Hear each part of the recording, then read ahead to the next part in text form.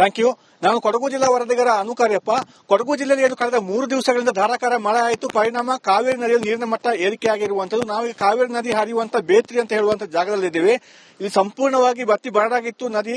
ಅಂದ್ರೆ ಕಳೆದ ವರ್ಷ ಮೇ ತಿಂಗಳಲ್ಲೇ ಸಂಪೂರ್ಣವಾಗಿ ಭರ್ತಿಯಾಗಿ ಹರಿತಾ ಇತ್ತು, ಮೈದುಂಬಿ ಹರಿತಾ ಇತ್ತು ಕಾವೇರಿ ನದಿ. ಆದ್ರೆ ಈ ವರ್ಷ 1.5 ತಿಂಗಳು ತಡವಾಗಿ, ಅಂದ್ರೆ ಈಗ ಜುಲೈ ತಿಂಗಳಲ್ಲಿ ಈಗ ಭರ್ತಿಯಾಗಿರುವಂತದ್ದು. ಭರ್ತಿ ಅಂದ್ರೆ ನೀರಿನ ಮಟ್ಟ ಏರಿಕೆ ಆಗಿರುವಂತದ್ದು.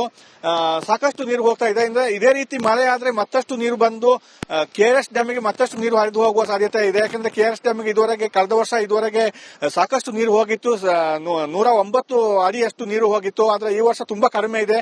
ಕೊಡಗು ಜಿಲ್ಲೆ ಹಾರಂಗಿ ಜಲಾಶಯದಲ್ಲೂ ಕೂಡ ನೀರಿನ ಮಟ್ಟ ತೀರಾ ಕಡಿಮೆ ಇದೆ. ಈಗಷ್ಟೇ ಸ್ವಲ್ಪ 1000 ಕ್ಯೂಸೆಕ್ಸ್ ನೀರು ಬರ್ತಾ ಇರುವಂತದ್ದು. ಅದರಿಂದ ಈಗ ಇದೇ ರೀತಿ ಮಳೆ ಆದರೆ ಮತ್ತಷ್ಟು ನೀರು ಏರಿಕೆ ಆಗುವ ಸಾಧ್ಯತೆ ಇದೆ. ಆದ್ರೆ ಮಳೆ ಇದೇ ರೀತಿ ಇರುವಂತ ಸಾಧ್ಯತೆ ಇಲ್ಲ, ಕಡಿಮೆ ಇದೆ. ಯಾಕೆಂದ್ರೆ ಮಳೆ ಮತ್ತೆ ಕಡಿಮೆ ಆಗುತ್ತೆ ಅಂತ ಹೇಳುವಂತ ಹವಾಮಾನ ಇಲಾಖೆ ವರದಿಯನ್ನು ಕೊಟ್ಟಿರುವಂತದ್ದು. ಯಾಕೆಂದ್ರೆ ಒಂದು 3 ದಿವಸ ಮಾತ್ರ ಮಳೆ ಇದೆ ಅಂತ ಹೇಳುವಂತದ್ದು. ಈಗ ಈ 3 ದಿವಸ ಸುರಿದಂತ ಮಳೆಗೆ ಈ ರೀತಿ ನೀರು ಬರ್ತಾ ಇರುವಂತದ್ದು. ಅದರಲ್ಲೂ ತಲಕಾವೇರಿ ಭಾಗಮಂಡಲ ವ್ಯಾಪ್ತಿಯಲ್ಲಿ ಅತ್ಯಧಿಕ ಮಳೆ ಆಗ್ತಾ ಇದೆ. ಭಾಗಮಂಡಲ ತ್ರಿವೇಣಿ ಸಂಗಮದಲ್ಲಿ ಕೂಡ ನೀರಿನ ಮಟ್ಟ ಏರಿಕೆ ಆಗಿದೆ. ಅದರಿಂದ ಇಲ್ಲಿ ಕೂಡ ಹೆಚ್ಚು ನೀರು ಹರಿದು ಬರ್ತಾ ಇರುವಂತದ್ದು. ಇಲ್ಲಿ ಹೆಚ್ಚು ಮಳೆ ಆದ್ರೆ ಮಾತ್ರ ಕೆಆರ್ಎಸ್ ಡ್ಯಾಮ್ ಭರ್ತಿಯಾಗಿ ಅಲ್ಲಿ ಮೈಸೂರು ಬೆಂಗಳೂರಿಗೆ ಕುಡಿಲಿಕ್ಕೆ ನೀರಾಗುತ್ತೆ, ಇಲ್ಲಾಂದ್ರೆ ನೀರು ಸಿಗಲ್ಲ. ಈ ವರ್ಷ ಏನಾಗುತ್ತೆ ಅಂತ ಗೊತ್ತಿಲ್ಲ. ಸದ್ಯಕ್ಕೆ ಇಷ್ಟೊಂದು ನೀರು ಹರಿದು ಹೋಗ್ತಾ ಇದೆ.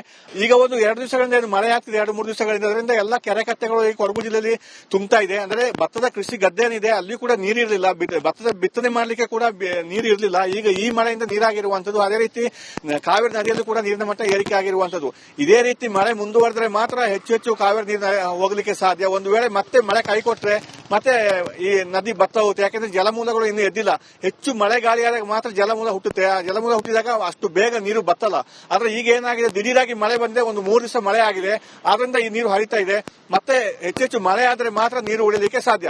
ಇದಿಷ್ಟು ಮಳೆಗೆ ಸಂಬಂಧಪಟ್ಟಂತಹ ಸುದ್ದಿ. ಉಳಿದ ಸುದ್ದಿಗಳನ್ನು ಸಹೋದ್ಯೋಗಿಗಳು ನೀಡ್ತಾ ಹೋಗ್ತಾರೆ.